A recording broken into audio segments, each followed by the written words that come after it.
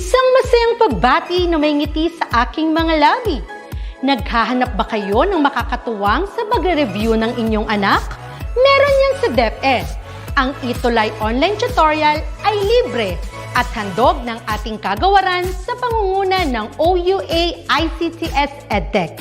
Ito ay isang proyektong makatutulong sa mga mag-aaral, katuwang ang mga magulang o kasama sa kani-kanilang tahanan para masagutan at maunawaan ang mga modules. Hangad din ng programang ETUlay ang matulungan ang ating mga guro sa kanilang mga blended learning classes. Ang ating ETUlay ay mula kinder hanggang senior high school. Bukod sa academics, meron din tayong mga special programs gaya ng All is Wellness, Reading and Math Remediation, Storytelling, Mommy Tech Talks, Classes sa Gramatika, Speech Class, Financial Literacy, at marami pang iba. Pinalawig din ng ETUlay ang ating Alive program para sa mga mag-aaral mula grade 1 hanggang grade 3. Gayun din ay mayroon tayong ALS program at SPED tutorials na makasisigurong makakamit ng lahat ang inclusive education. May SPED hotline na rin para sa inyong mga katanungan patungkol sa special education. Kaya, subaybayan mula Lunes hanggang Biyernes, mula 9:00 ng umaga hanggang 7:00 ng gabi ang ating ETUlay. Sa ating pagtutulungan, maiaangat natin ang bawat isa. Ating itutulay ang pagkatuto upang di mapigil ang pag-aaral ng kabataang Pilipino. Itulay natin ito, sulong edukalidad.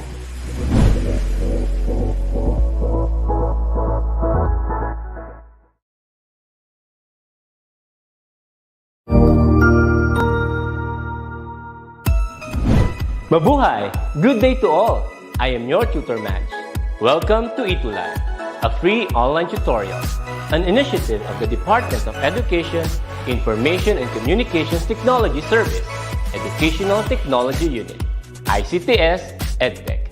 This program is aimed at helping and assisting learners from kindergarten, senior high school, ALS, Alive and SPED learners. Aside from answering the modules, the ETUlay is offering programs which you will surely look forward to. Together with our parents and teachers, the ETUlay will bridge the gaps where difficulty and ease meet in learning new knowledge and skills. So, let us prepare our module, pen and paper. Ready your mind to see and hear worthwhile and interesting lessons. Let us now study and learn, together with our volunteer online tutors. Tara na!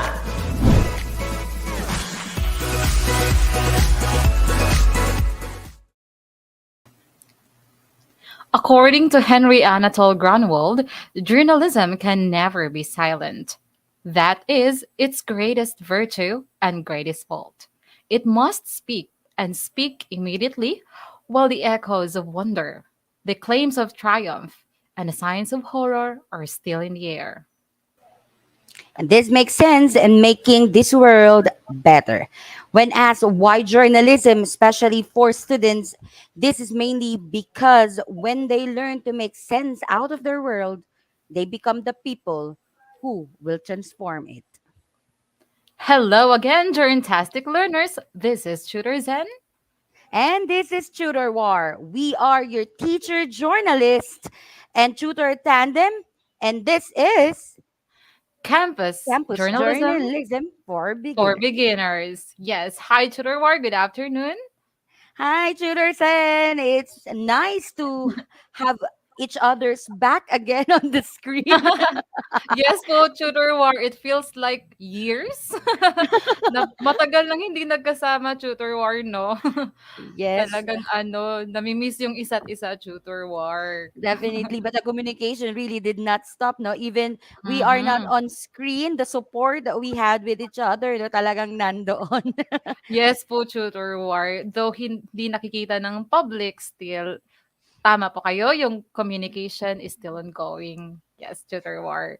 And also, Journtastic learners, this is again your Tutor Zen from SDO Agusan del Sur, and I am with And this is Tudor War from SDO Caloocan.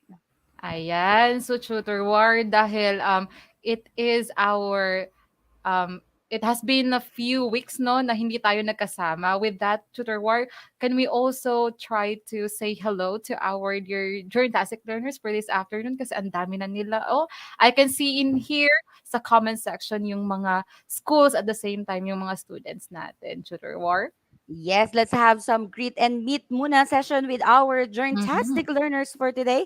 Starting off with Rom Kian Arca from Caloocan High School, John Angelo Estrella, John Michael Monsato, Chiska Nicole Balboa. Also, hi to Enrico Dalupan from our YouTube channel. Hello, Mhm. Enrico. Christine Perez, also from Caloocan High School. Also, we Mhm. would like to say good afternoon to Jaigen Singkit Divas from Anislaga National High School. High Hello, school. Jaigen. Oh. Yes, Tutor hello. Zen. Yes, Tutor War, thank you. And hello also, Carlo Miguel Malonzo, good afternoon. Dan Ryan Bacasnot. At the same time, Kyle Larangan from Caloocan High School with Mark Julian Malang also from the same school and Rosalite Claire Blanza from the same school. Hello sa inyong lahat and welcome once again to Campus Journalism for Beginners. This is our session for the sixth week in the quarter four of this subject in senior high school. Tama ba yun, Tutor War? Definitely, this is a senior high school session, but of course, it's not only offered to our senior high school students, no, but it is Mhm. also offered to those who would like to become a campus journalist into their respective school. Tama yan, Tutor War, no? Yung mga junior high school students natin nakikinood din sa ating sessions, especially those who are in the SPJ. Ayan, Tutor Yes. War. Ayan. So, tutors, then we are now ready on we are done with week 5 sessions. We're done with Mhm. editorial writing, column writing, feature writing, editorial coordinating, and last week you had discussed sports writing. So, for this week, tutors, then what are we going to Mhm. have?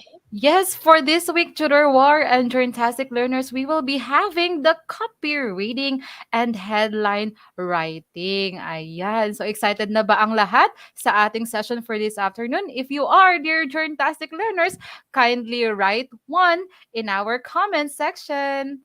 Ayan. Pag excited kayo to have our session for this afternoon. And of course, Tudor War, di ba? We will have a special guest for this afternoon. Yes. Tama ba, Ma'am War? Yes, we are going to have a very special guest today. Yeah, so you just have to hold on to your seat so that you would be amazed, so that you will be inspired with Yes. his story, with the things that he would be sharing with us today. Mhm. Ayan, so tutors, and I am seeing a lot of ones already. With Carlo Yes, Miguel, talagang tatlong one pa, oh. Namiss yata tayo ni grabe. Carlo. We miss you too, Carlo. Ayan. So I guess Okay. tutors, and they are ready Mhm. na. Yes, So let us Tutor now War. give them our tutors for today. Tutors, and you Mhm. may now do the honors. Yes, Tutor War. So after this session, our Journtastic learners, you will be having this, or these are expected from you. The first one is you will be able to define copy reading. The second one is you will be able to distinguish the different copy reading symbols and the kinds of headlines. And lastly, you can use these copy reading symbols to check errors in our text that will be giving to you. Ayan. Yeah, so there are a Tutor lot of War. things, no, tutors, and that they'll be learning from today. It's not only about copy reading, Mhm. but also the headlining. I Yes. Parang hitting two birds with with one one stone. stone. Tama. Okay. Yes. Ayan. So moving Ayan. forward to our session today. So last week, together with Tutor Zen, you were left with a journtastic task, and which is you are to cut out or capture or Mhm. screenshot sports that you love to watch or play. Then describe that sports at least with 4 to 5 sentences using the sports vocabulary. Shooter Zen, would you like to present or do the honors to present to us our student Mhm. journalist for the week? Yes, thank you for that, Tudor War. Yes, sa dinami-dami ng ating mga tuties na nag-submit ng kanilang output in relation to our journtastic task last week. Siya yung napili natin na output, commendable output at the same time in relevance to the task at saka content ng ating session last time. And Tutor War, can we now have the illustration submitted by the student? Yes, there we go. It's on the taekwondo. And seeing that picture during Tastic Learners, I know that you have already an idea who is this student. And it's no other than congratulations. You are the journalist of the week, student journalist of the week, May Angela San Juan of grade 10 SPJ of Ocampo National High School. Congratulations sa iyo, May Angela. And always keep up the good work. Ayan, consistent ano din natin to, Tutor War, Yes, napakaganda ng definitely. output. So, pwede ba ako magbigay ng isang klase ng clap to Angela, Tutor Zen, if you permit me? Yes, Tutor War, we would love that. Yeah, this clap is called the fireworks clap, and this is how it goes. One, Mhm. psh, one, two, psh, psh, one, two, three, psh, psh, psh, psh, psh, psh. Oh, hanapin mo na, Angela. Ang dami mo ng fireworks. Ayan, ang galing nung clap na yun, Tutor War. Thank you, Angela. Congratulations again, Angela. And with that, Tutor War, can we now have the next? I think this is Okay. also most awaited segment of our session. Definitely. Ayan, so Mm-hmm. this is the moment, one of the moments that we are really waiting for on today's session. We are now going to present to you our inspirational speaker of the week. Let me Wow. read. Mm-hmm. Ayan. Audrey Hepburn once said, "Nothing is impossible. The word itself says, I'm possible." And our inspirational speaker of the week proves that everything is indeed possible. From his vision, which turned into reality. That is Mm-hmm. why ETUlay is still here, continuously giving its service to cater the needs of its learners. Friends, our dear journtastic learners, let us welcome the indefatigable and ever supportive DepEd EdTech specialist and our DepEd ETUlay project leader, our Yes. very own, with your warmest virtual applause. Let us welcome Mr. Mark Anthony Hello. Hamisal. Or for us, he is better known as Sir Madge. Yes. Good afternoon. Hello. Good Ayan. afternoon, Hello. Sir Good Madge. afternoon, Tutor War, Tutor Zen, and Yes, good afternoon. greetings to all our ETUlay cuties. How are you today? Hope you're doing well. And I'm really delighted and thrilled to be part of the campus journalism for beginners. So, kumusta po kayo? Mm-hmm. Ayan.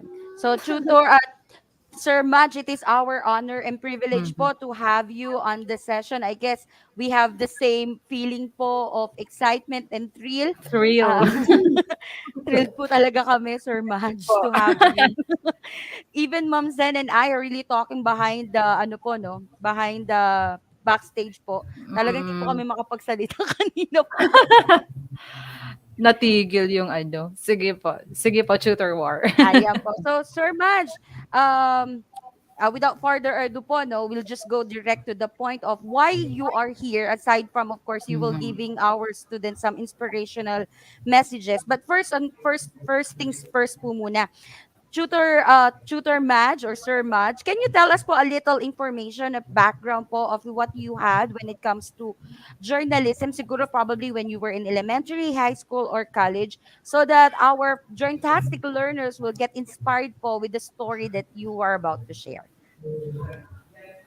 Yes, Tutor War, I'm again excited to share my story and hopefully maka-inspire tayo. This will be inspiration to our young learners. So, when I was in my elementary days, I was part of our journalism team wherein I was assigned to draw editorials. Yeah, because of course, when you are given a talent, you need to share it and you need to use it. So my talent in illustrating the editorials was given that opportunity by my my English teachers, and in high school, and also I also would like to add that I'm also a contributor in our literary section for poems and in Filipino, mahilig akong magsulat ng tula. And in high school, I was in fourth year high school, I was included, or I joined the journalism team or journalism club rather, and I was assigned to write sports article. That was way back Mhm. 1999. Oh my God, you know, have the idea of my age. So that was the time of Efren Bata Reyes, the billiards, and a lot of Manny Pacquiao stories. So Mm. um, yeah, and with that, I learned with our mini session, with our seminars that I attended, I learned how to gather information, to assess information, to write, to create, present the material, and you know what? This is you are looking and you are sharing facts to the readers. That is why it's good that I had that experience. I had that background just because also in college I was able to confidently deliver or write my reports because of that experience. Organize your thoughts, organize your writings. That's something na experience ko and na masasabi kong ma learnings ko with the journalism club. Ayan. So thank you po, Tutor Madge. It's obviously, no, you shouldn't be confined po talaga doon sa alam mo na yun lang yung talent mo. Tama ba ako, Tutor Mm. Madge? So, dati elementary si Tutor Madge, nasa cartooning, tapos eventually he turned into literary or feature writing. And then, when he turned into his high school days, nasa sports na siya. So, you can see Mm. that talaga po ang journalism can really give really different skills or enhance your different skills. Tama po ba?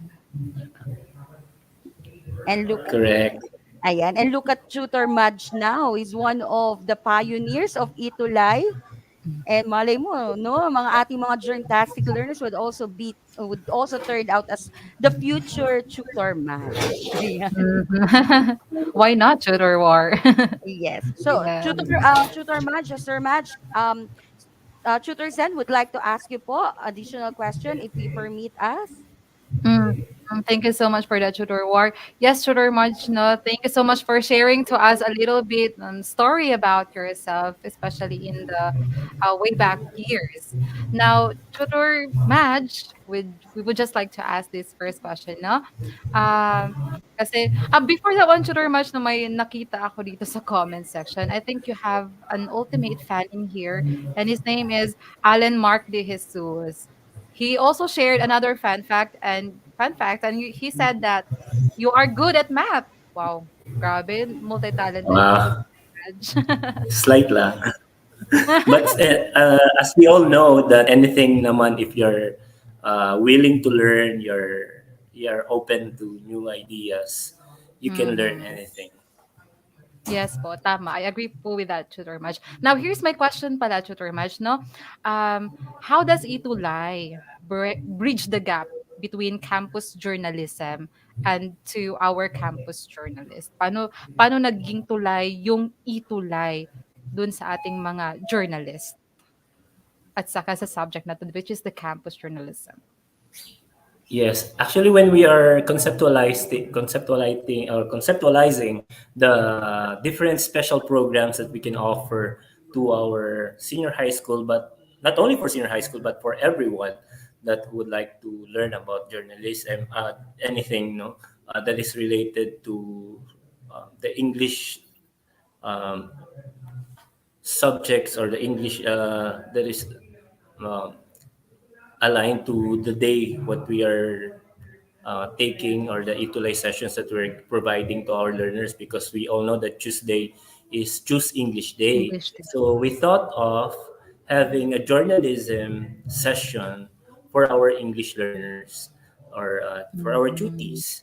And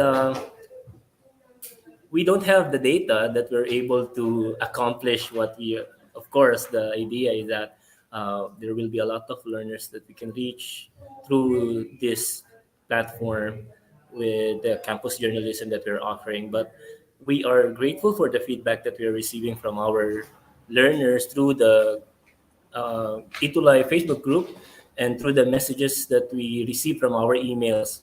Like just recently, I just mentioned that we received in our group chat, I shared a screenshot of an email from a teacher who is really grateful for the ETUlay sessions that we are providing. Even though they are not watching the live sessions, they are using the recorded sessions in their classes.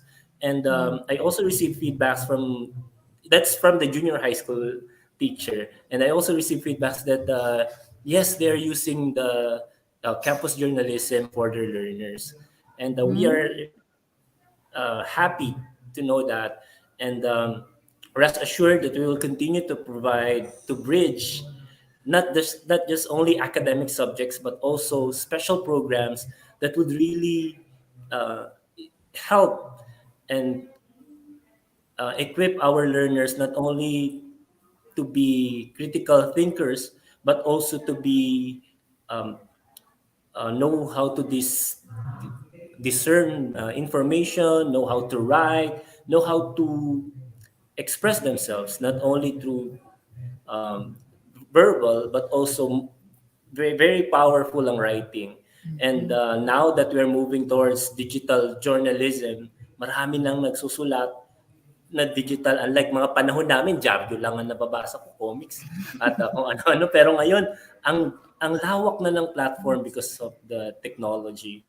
So that is why very exciting. We're seeing this as exciting for our learners. Even elementary can write or compose and share it to the world. Kaya it's good that we have this program, the ETUlay Campus Journalism for Beginners. Mhm. Yes po, Sir Maj, no, as one of the ETUlay tutors nga, I could say that DepEd ETUlay is really a breakthrough. Tama po ba, Tutor War? Definitely, I agree with you, tutors. No? Even in our division po, no, talagang pinopromote na talaga, especially this campus journalism, para at least it could help Wow. the SPAs, no, to Mm-mm. help them to at least disseminate the information or the basics on the how to write simple writings, news writings, and so forth. Shooter Madge, in connection to what you have mentioned a while ago po, no, what are the other plans po or programs of DepEd and of course the E2Live family could offer our learners, especially our journalists po, no, when it comes po to this program? Yeah, syempre, they are also excited. The school year is about to end, Tutor Marge. And of course, some of them may not want Oh. to rest muna, no? They would still would like to continue learning this even if naka-break sila. What are the programs of DepEd and ETUlay is continually giving our learners po? Yes, Tutor War and Tutor Zen. So in Itulay, we are restless, restless in providing support to our learners and to our dear teachers and to our parents.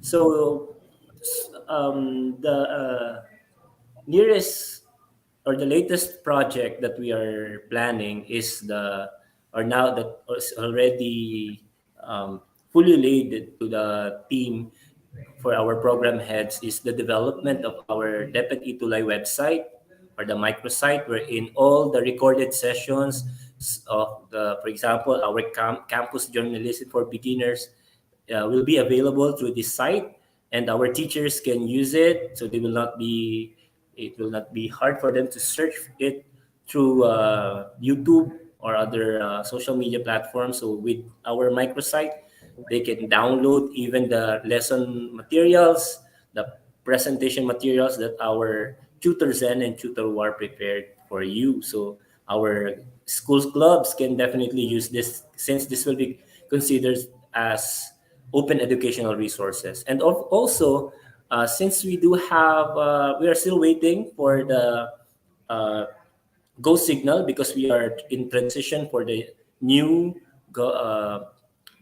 officials of DepEd, new government. So that is why our new admin. So we are still planning to have our Itulay summer camp.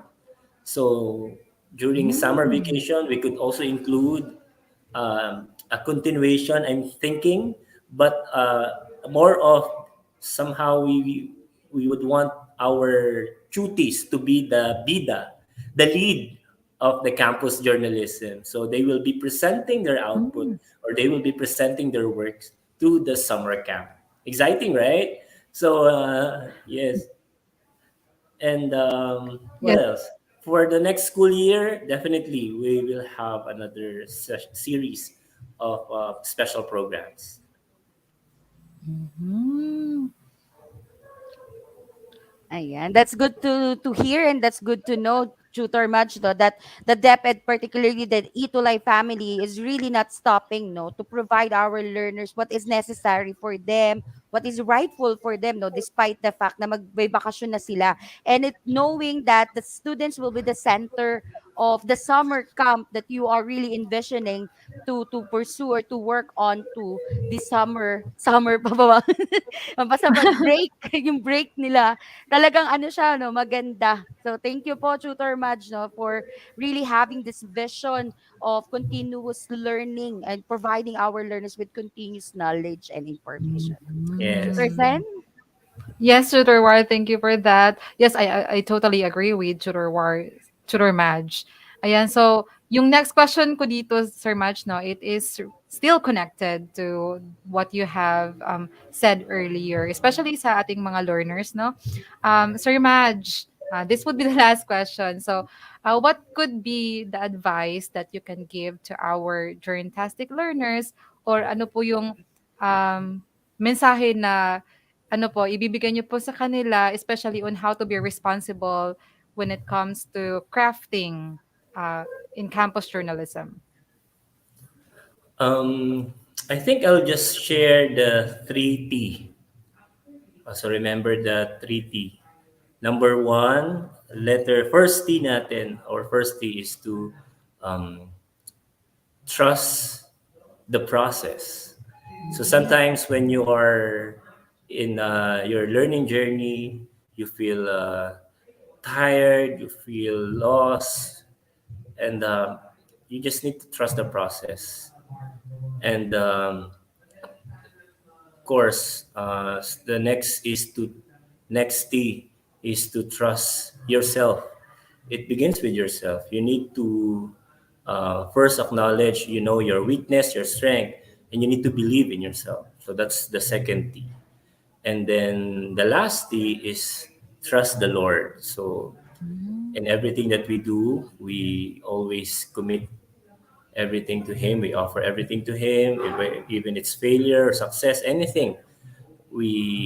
Even victory, we offer it to Him. So I think we will all be successful if begin with the end in mind is Him. So shout out to Sir DJ Santiago, one of our active ETUlay tutors na hyper sa kanyang session din. So of course, again, the three T's to anyone for our campus journalism duties. Trust the process, trust yourself, and trust the Lord. So again, journalism plays an important role in our society. Without journalism, everybody will be ignorant, and no information, or no facts, or no, we cannot decipher facts, or we cannot understand the reality of the society without journalism. So thanks to our journalists. Ayan. So maraming salamat. Ayan. So thank you po, Tutor Madge. It is really a privilege and honor for us to have you on today's session po. Your words are really inspiring. It is really motivating. I would always keep into myself, no, yung three T's mo. Trust the process, trust yourself, and trust the Lord. So thank you po, Yeah. Tutor Madge. Ma'am Yes po. Zen? Thank you so much, Yes Tutor po. Zen. Yes, Sir Madge. Thank you for granting our invitation po, Sir Madge. Thank you po, Sir Madge. God Ayan. bless po. God bless po. Ayan. Wow. Grabe yung learning dun, Tutor War, no? Yes, definitely. Ang daming learnings, no?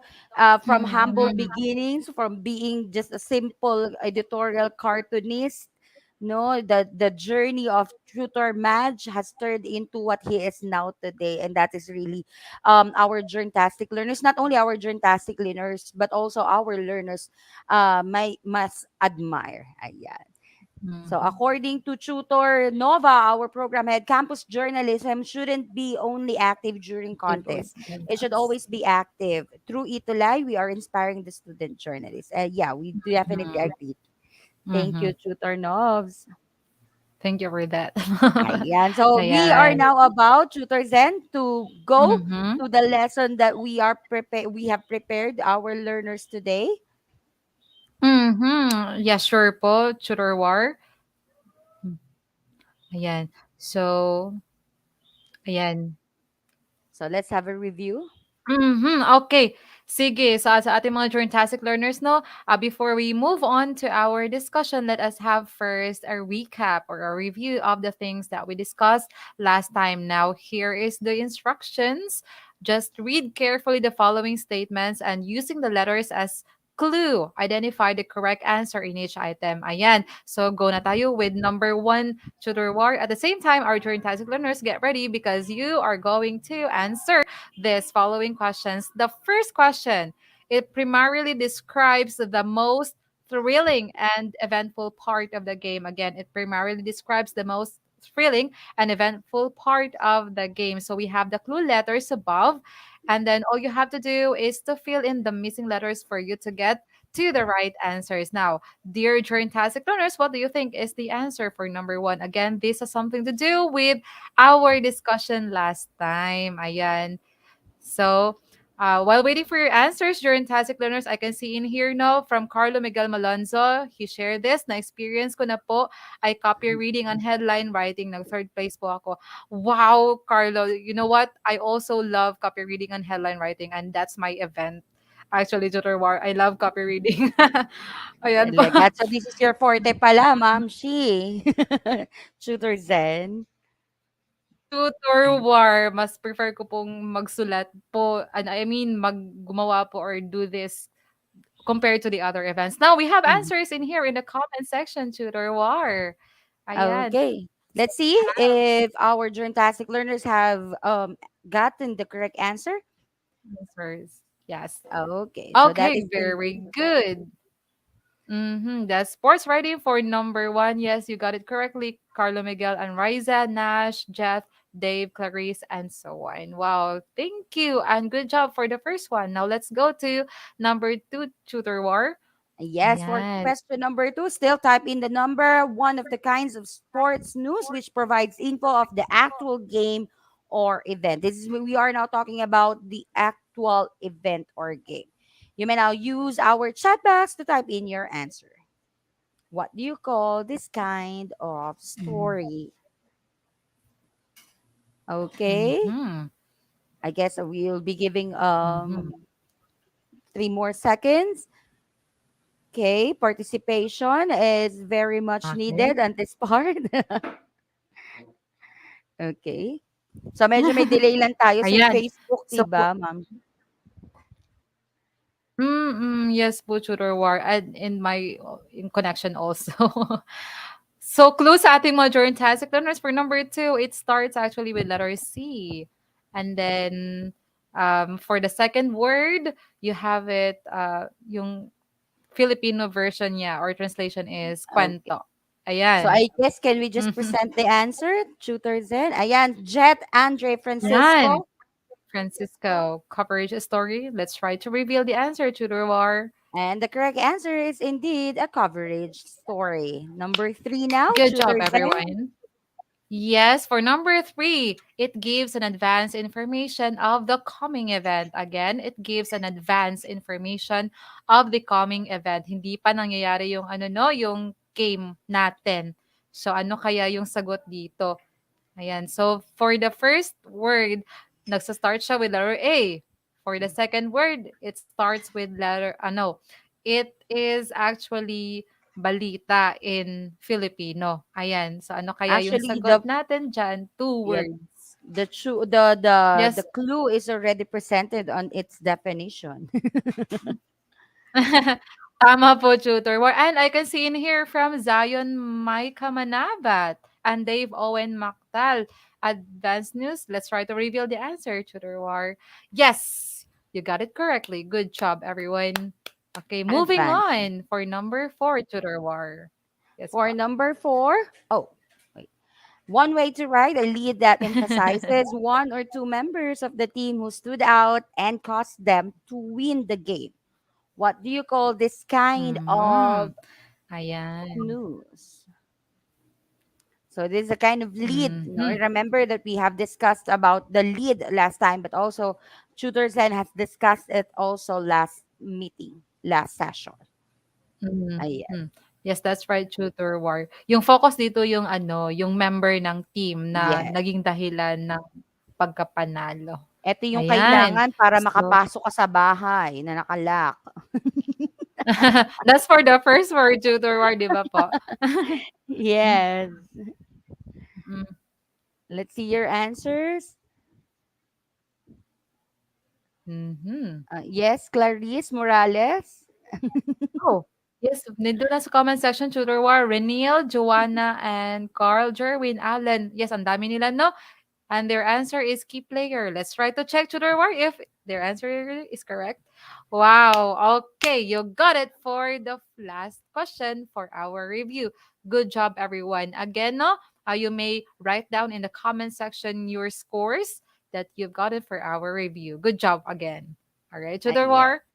Okay, so good job guys for doing answering the answers or the questions correctly. So let's now proceed to the main topic on today's session. So we shall be discussing about copy reading and headlining.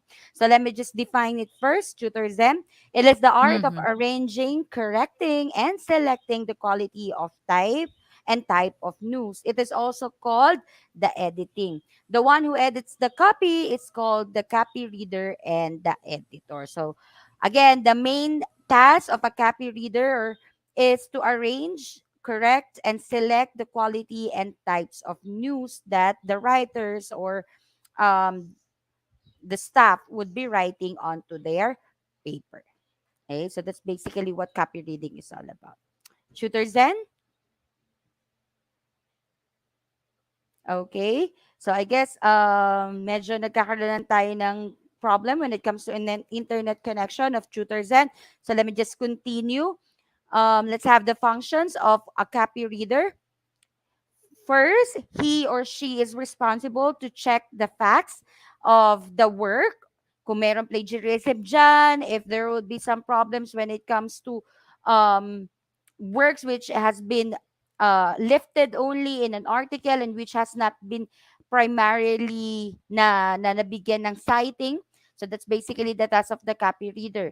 Next, correct errors in grammar, spelling, punctuation, usage, organization, and others. So basically, the camp or the copy reader is responsible to all of this. So he or she is not only responsible in writing the headline, but also he must be well aware and well versed when it comes to grammar, the subject verb agreement, where should capitalization must be used, where the grammar or where the comma or the period should be placed in a certain statement or sentence. Also, copy reading improve news values. Of course, the copy reader, aside of course from the task of the EXC, they will be the ones to check the facts or what the work or the article would be all about. So sila yung pwedeng mag-ayos, mag-edit, mag-delete, magdagdag na information on the article written. Okay, so I'll just wait for Tutor Zeno when she comes back. Next, write effective lead. So remember when we talk about lead, these are the basic paragraphs or the basic set of sentences that you will be seeing at the beginning of your work. So be sure that the copy reader has the power to make a powerful, impactful kind of lead. Kasi again, remember, if your lead is not that powerful, the readers would not read your work, the rest of your work anymore. Next, just like what I have mentioned a while ago, delete or cut irrelevant materials. So remember now when I have mentioned it in the previous activity, ayan, Tutor Zen is already here. Yes. So the copy reader must, baka magulat kayo na ang sinulat nyo ay two paragraphs or three paragraphs. Tapos nung binalik sa inyo, one paragraph na lang. So, ano yun, that's the task of the copy reader as well. Okay, so pagtingin niya, if the work is not too effective or the set of sentences that you have written in your work is not that effective or not that helpful to make the news article or the feature article or whatever kind of article you are writing, ay hindi na ganun ka-helpful, tatanggalin niya yon. Tutor Zen, would you like to expound number 6?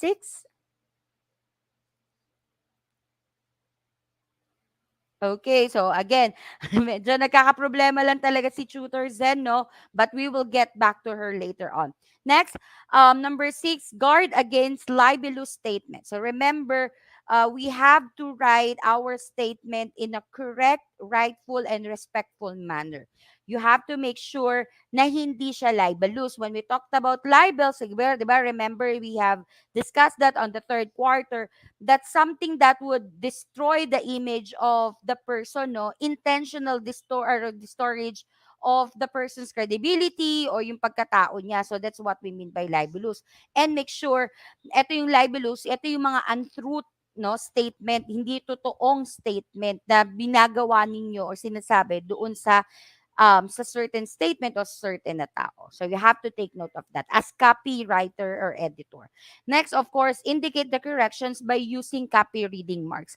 As campus editor or as a copy reader, you have to know the basic copy reading marks. So if you do not know the basics of this, you cannot correct the paper. You cannot correct the article. Kasi hindi mo pwedeng sabihin na, eto mali, eto tama, hindi. Using the appropriate copy reading marks would help you and your editor and also as your advisor to identify what are the corrections made and why you have made such corrections. So let me just present to you a sample of an edited copy of a work. So you can see that there are a lot of circles, a lot of waves in there. Kasi sa copy reading works, wala talaga siyang title, wala siya talagang pangalan. How do you call that particular symbol? All we have to do is that symbol is used to edit ganito. This symbol is to correct this and that. So let me just present to you a sample of copy editing marks. So let's have here the symbols in here. So parang letter L siya. L, malaki lang yung ilalim. So that's how we use if we would like to give an emphasis on the indentation or if the paragraph needed to be indented. So here's the example. So there is the symbol, okay, and the first paragraph or the first line must be indented. Next one, yung parang letter S, inverted S, no? Downside, parang ganun siya na S. It means that you need to have a new paragraph or no need for a new paragraph. So, ibig sabihin, pinagko-connect niya. Then, there must be a 3 small lines under the word or the letter, meaning that you need to capitalize those letters. So, as you can see, onto the example, the B, the C, the I, and the S must be written in a big letter. So, it must be capitalized. And then, of course, yung slash, meaning there's no need for you to capitalize such letter. And then, of course, the circle, meaning that you need to abbreviate or use figures. Okay, so for there is a ruling there, no, yung numbers 1 to 9, it always be written in words. Then numbers 10 onwards must be written in figures. Especially kapag nagsusulat tayo sa headline. Next one, ayan. So the circle is also used, no, to have instruction saying the spell out in words.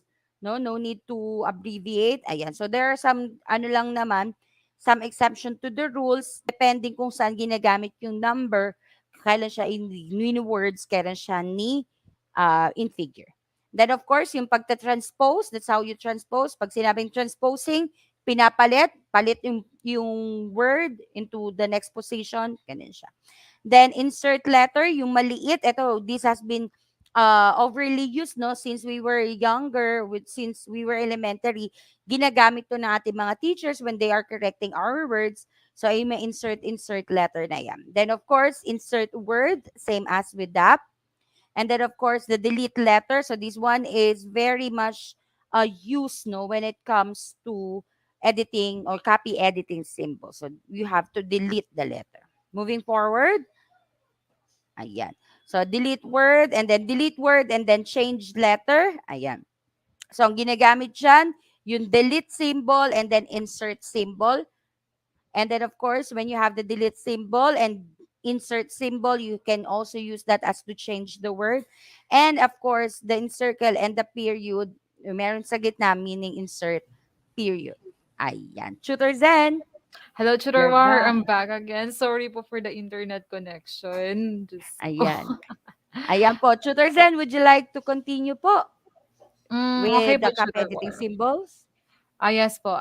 Saan po kayo nag-stop, Tutor Eto na po War? By the tayo, way. Tutor Zen. Okay. Yes, I see in here. So, ayan. So, in our screen here, during task learners, na makikita natin kung ano yung symbol na nakalagay when it comes to inserting comma. Like, if ever we need to insert comma in between words, then we can have this somewhat like this symbol, and then you put a comma inside that symbol. Same also with the insert apostrophe. The difference is that nasa taas lang siya. And then insert quotation marks. So same din sa apostrophe, no? Dalawa lang yung dapat. Dalawang marks dapat yung nakalagay. And then we also have the insert hyphen at saka yung insert space. The only difference here or medyo kakaiba compared to the rest is the insert space in which the symbol looks like a Z na hindi slanting yung yung middle line niya. Ayan. So that's it, Tudor War. Next symbols we have in there. Okay, Tutor Zen. Yes pa. Ayan pa. Okay, so we have yes, Tudor War, another symbol na parang siyang curve na what do you call this? Nakakulob. It's to connect but leave space. Ayan. So if ever taking from the examples in here, no, from the city, na doble yung word na da. So if you would like to delete the word the, then you must move the two words, the city, closer so you can use this symbol.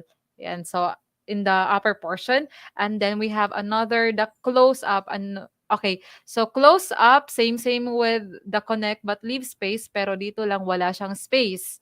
So mayroon siyang upper at saka lower portion. And then we have another, the restore. You just have to write the word stat inside the box for you to retain the word that you have deleted, na kung tutuusin dapat nandun talaga siya. So stat. So the next symbol that we have here, it continues on next page. So you just have to write the word more on the lower portion of the paper, and then you encircle that one. And then pag end na nung article mo, you just have to write the symbols or digits 30, and then you encircle that one, and that signifies the end of your article. Ayan, those are the copy editing symbols. And with that, Tudor War. Ayan, so you have learned the basics of the copy editing symbol. So do not be confused, no? Meron kasi isang lumalabas na ganito. It's not with the copy editing, no? So yung ano yung tawag doon? Basta magkaiba kasi sila. Sa copy reading, it's different from the other ones. I just forgot the term. Sorry. Mhm. Ayan. Yes, ma'am. So, in the tutor war, in the replay, pwedeng i-screenshot, no, ng ating mga Yes. students yung symbols na to, so that they will have a guide in relation to the task na ibibigay natin po later on. Ayan. Yes. Mm. So since our learners have already gotten and understood where and when to use a certain copy reading symbol, it is now time for them to write headline. Ayan. Mhm. So Yes. headlines are not titles. These are the windows of the papers as they serve as the quick source of information for busy readers. So basically, no, it's not the title, but basically it windows what the article would be all about. Okay. Mhm. That's So right, tutor war. so in regards with that, so these are the basic steps in writing or headline writing. Tutor Zen? Yes, and for the steps now we have in here, the first step is for you to read the whole story to understand its message. So before you make the headline, make sure na nabasa mo the entire content of the article as the copy reader. The next one is to underline the keywords from the lead. Now, bakit kailangan mong i-underline yung keywords natin na makikita sa lead? It is because once you are able to identify these keywords, then you will be able also to write telegraphic sentence summary of the news. Pag sinabi natin telegraphic, meaning concise, no, wala siyang other words na irrelevant na na-include. So, that telegraphic sentence summary could also be used as your headline or parang ano siya, parang draft ng yung headline. Tama po ba, Tutor War? That's correct, Tutor Apo. Zen. Mm-hmm. And the next one, Tutor War.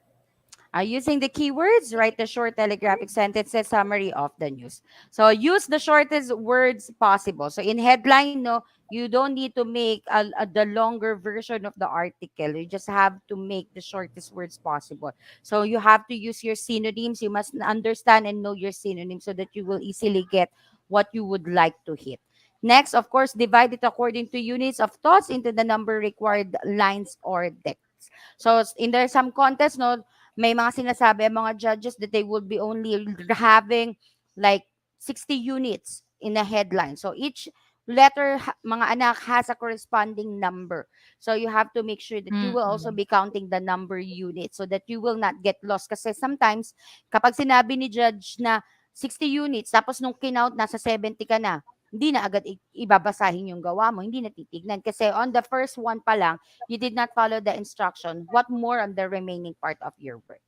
So you have to be aware of that. And then of course, start with the noun followed by a verb. So in English, no, not like in Filipino, in English, you need to follow the STVDO pattern. So the subject, the direct object, and then the verb. Ay, yeah, tama, STVDO. Subject, verb, and the direct Mm. object. Ayan. And moving forward, Tutor Zen, let's now move on to the kinds of headlines. Tutor Zen? Ay. So let's just wait. Tutor Zen is talaga nagkakaroon ng problema siguro. It's raining on to where Tutor Zen is right now, no? So let's have the flash left. So when we talk about flash left, no, everything must be presented or written in a left side. So as you can see, there is a margin in here, no? This one would indicate that everything is written in a left side. Tutor Zen? Yes, Tudor War. And the next style that we have in here, or kind of headline, is the flush right.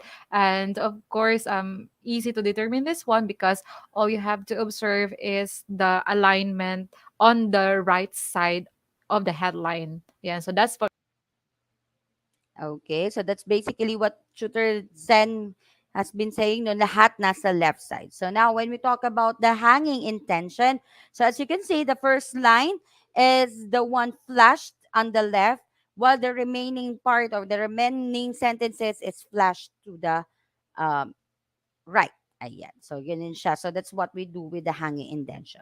Now, there's another kind, is what we call the inverted pyramid, wherein the first lines is written in a longer version or in the longer form as you compared it to the next lines, no, medyo shorter na siya compared to the first one. So, that's the basic styles lang naman. Okay, the next one is the flash line or the full line o ito tinatawag natin doon sa word natin, no, yung talagang pantay lang sila. So wherein there's no indentation lines, there is no flash lines in among the lines presented. Ayan. Shooter Zen, and that's it, no, for our basics when it comes to copy reading and headlining. Would you like headline. to add more, Shooter Zen? Mm-hmm. Yes, Tutor War. No, I do believe no na you have already provided a clear distinctions of these kinds of headline, Tutor War. Hindi ko lang talaga na ano yung entire content, Tutor War, kasi yung internet connection. But yeah, I can see in Mm. here in the last line that you gave, it's all good, Tutor War. Apa. Okay. So, thank you, Mm. Tutor Zen. So, medyo na-stress na si Tutor Zen. I know how it feels. So, dire-diretso na tayo. So, yes po, Tutor War. Ayan. So, Tutor Zen, would you like to Mm-hmm. read our campus journtastic task for this week?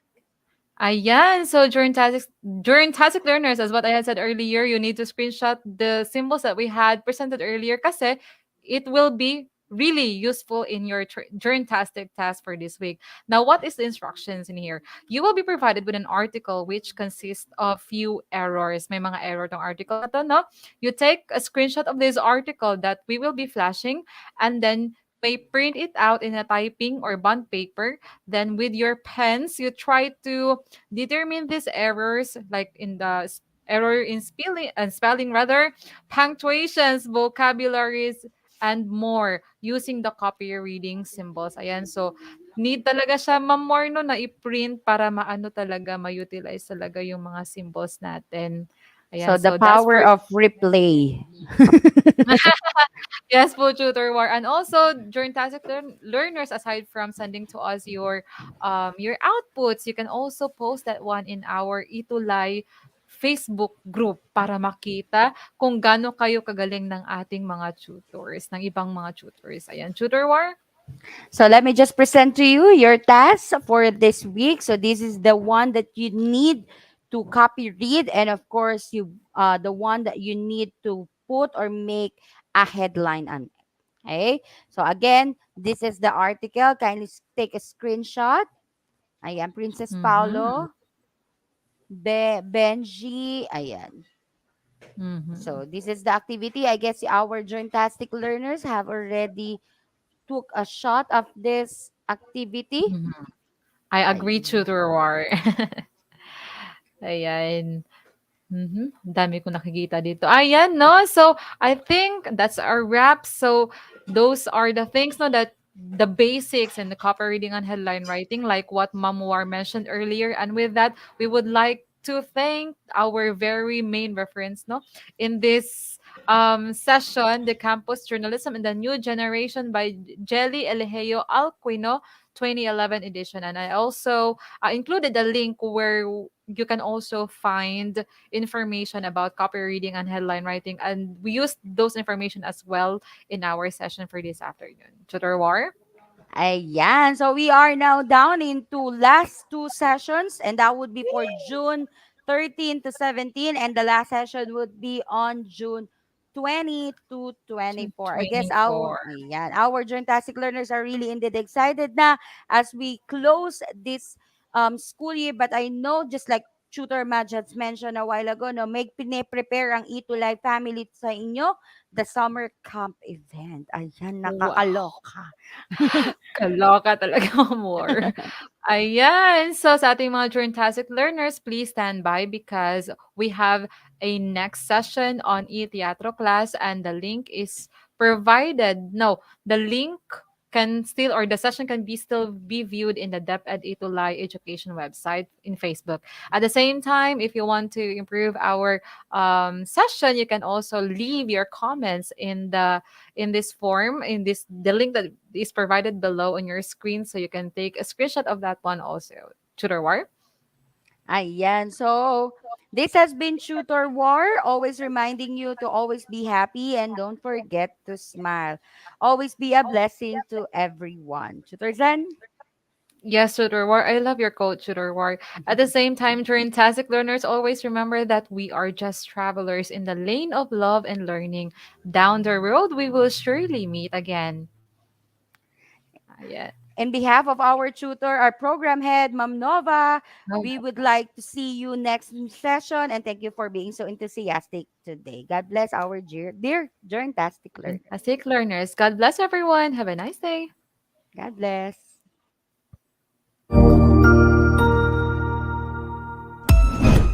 Ang husay naman!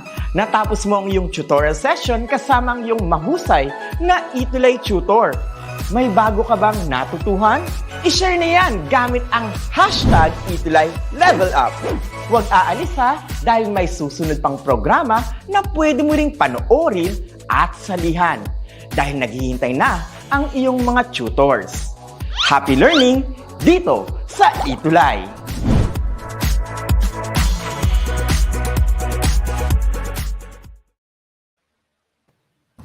Ay, thank you. Uy, Mama, I'm really sorry.